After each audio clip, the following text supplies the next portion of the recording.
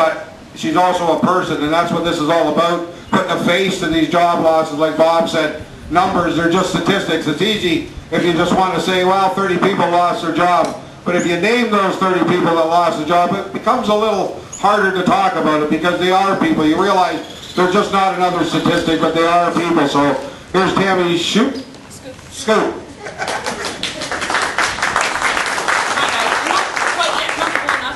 With the paper, so I'm going to have to read my speech. I spoke last month at an EI rally, and I see a lot of familiar faces, so I'm not going to do that speech again. I'm going to say something along the same lines, but just a little bit different. I was looking through some stuff the other day, and I came across all my certificates, and my diplomas, and also my acceptance letters to university. I did not go to university, even though I got accepted into the 3 that I applied for: York, Toronto, and Trent. I found out I was pregnant with my youngest child just after I applied, and had some difficulties, and I had to go on some bed rest in order to save the pregnancy.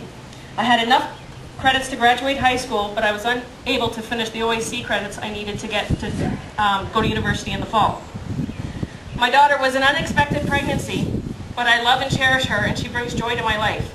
So I do not regret how that part of my life played out. I still was unsure what I wanted to do with my life. All I knew is I wanted to make a difference. So anyways, fast forward a few years later, and I get a job at GM. Pretty amazing.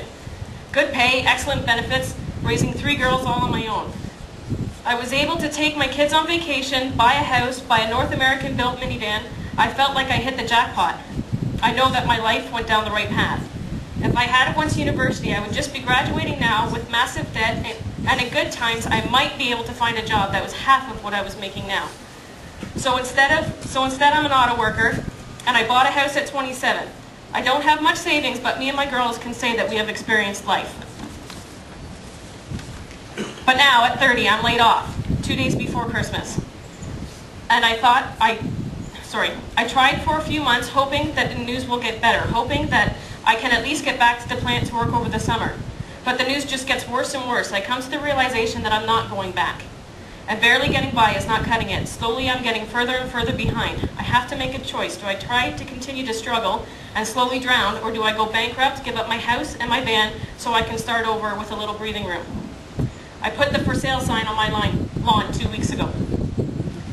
Someone asked me the other day, what have I learned and what would I do differently?